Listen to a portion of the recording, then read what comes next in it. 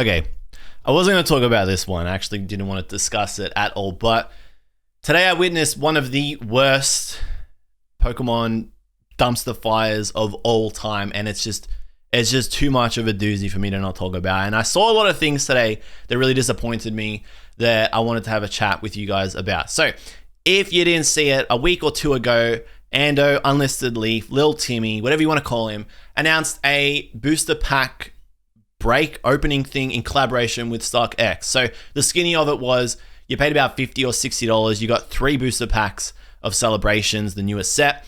And I believe the top 20 hits got sent to PSA or will get sent. And you also get a signed energy card from Ando, which is kind of PogChamp if you like Ando.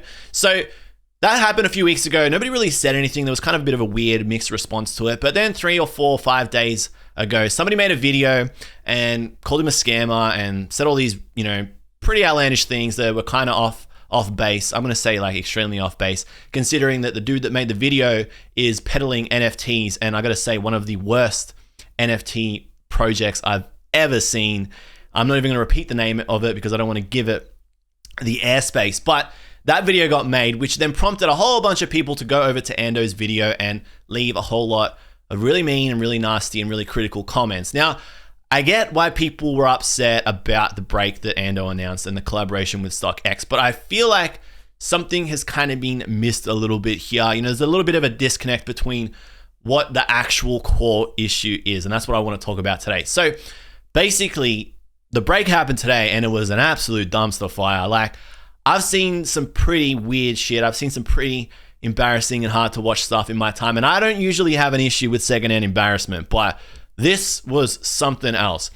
The way the whole operation was run was like this. Ando collaborated with StockX for this project, but Ando didn't actually open any of the packs that people bought.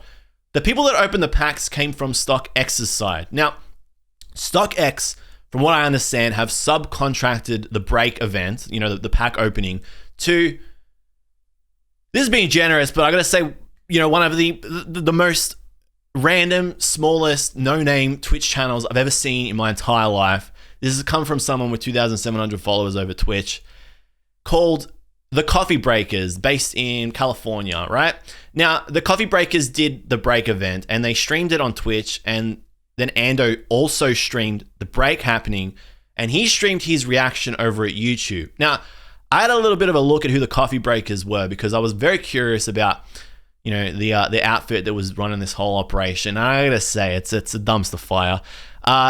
They, before this event, were probably, averaging 15 at best views over at Twitch, opening up sports cards. If you Google them, they've got 2.2 stars from 10 reviews, which is, not a good look. I'm just having a look at one of the reviews here. It says, scammed a customer out of a big time card.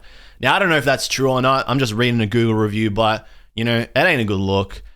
Most other people saying that everything is super, super overpriced. So these guys ran the operation. Now, this is just my opinion, what I think. It's not true. It's just coming from the heart, allegedly. I think StockX basically subcontracted this thing out to the lowest bidder because it really showed. These guys were opening the packs.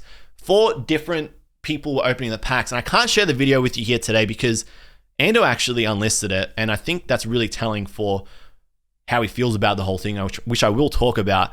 But yeah, you get what you pay for, I think, with this kind of thing, because these people were just opening packs like it was a freaking operation. Like it was like a commando, G.I. Joe, open the packs, get in, get out, nobody see you, do this thing as quickly as you possibly can. They were flinging the packs open, they were flinging the cards. I was seeing the packages get, your cards getting put on your package and they're just pushing that shit to the side. Get out of here, we need to get the next thing going. They were wearing gloves, right, to open packs, which is a huge no-no. Latex gloves, do not do it, people. At one point, the gloves were ripping, it was just like, oh, what are you doing, right? They were even speed running it. They were like, let's do a speed run, People paid to see their packs open. They paid to see Ando react to it. And these guys were like, you know what, it'll be funny, it'll be cool. Let's do it so quickly that nobody can even see what the fuck they pulled, who it's for, and Ando can't even, say, yo, Poggers, can we get some Poggers in the chat? So they were also wearing party hats. Don't let me forget that. They were wearing party hats. It was quite the scene, right? It was an absolute spectacle. But The hardest part to watch of this whole thing was Ando's reaction. And let me tell you, body language says a lot. Body language says a lot. And Ando's reaction, you could tell the dude was very remorseful.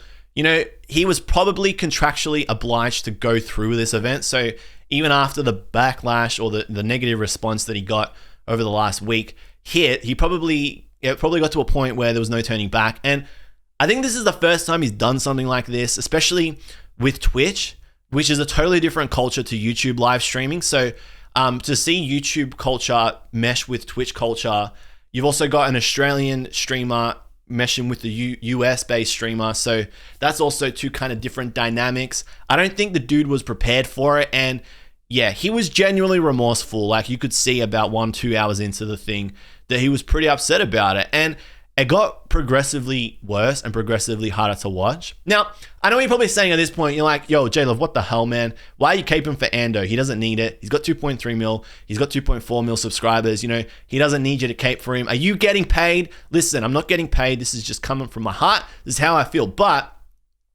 Ando, if you are watching, you know where my business email it is. It is in the about. You can send me a message. I'm happy to work with you, buddy. As long as it's got 5 zeros in the subject line, I will definitely do whatever it is. But if not, don't even bother contacting me, my guy. But anyway, you could see that he genuinely was upset about the whole thing. And again, 2.4 million subscribers. He's probably going to go sleep on his bed of money or, probably go for a joyride in the McLaren or the Audi. It's not a big deal to him. But I think what you guys are missing here, not everybody, right? Not everybody. But I think what a lot of people are missing here is that the dude genuinely loves Pokemon. Like he has a massive passion for it.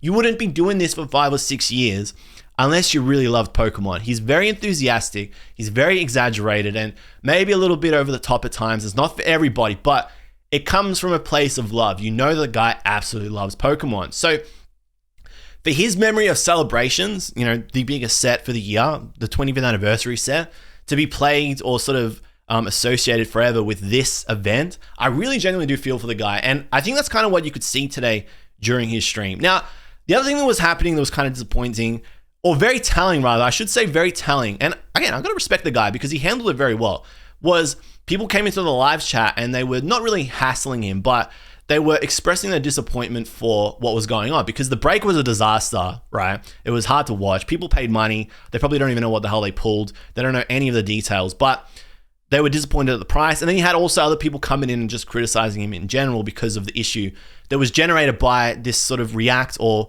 outlandish, allegation of scam video that made the rounds a few days ago. So he could have easily have just brushed this whole thing under the rug and said, you know what? I got my paycheck. I ain't dealing with this, and just ignored all that. But the dude was actually in the stream apologizing to people, saying sorry for the way that it was being handled. And I think he didn't really know that it was going to go this way. Like I said, body language is telling, and when you're live streaming, there's no stop and take the take again. You can't do it again when you're streaming.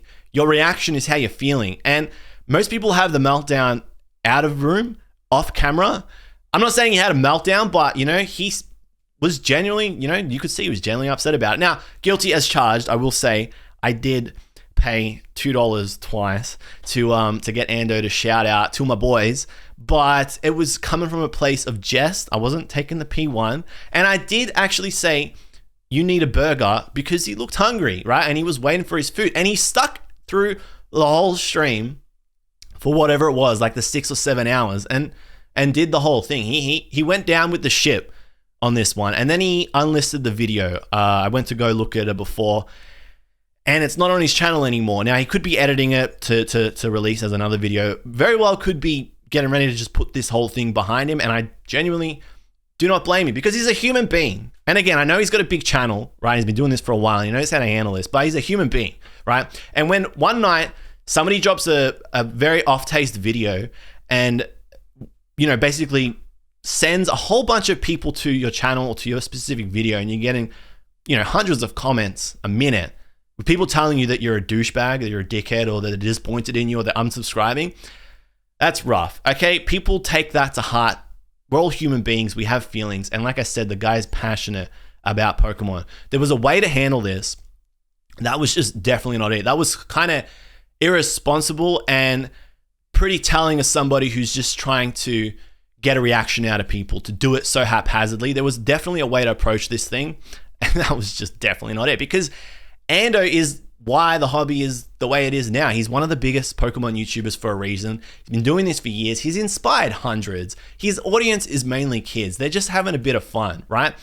The guy isn't malicious. He hasn't taken a misstep since he started his channel. He's basically squeaky clean for the most part. This is probably one of the very few, wrong decisions he made basically. He definitely should have done his due diligence. He should have researched who was going to do the break. He should have had a look at how StockX was going to handle it. They maybe should have come to a better agreement on the price of things. I know the logistics of things add up, but yeah, everyone sort of, they go off course here and there. And I think considering his track record, he didn't deserve the response he got, because he isn't the issue here, all right?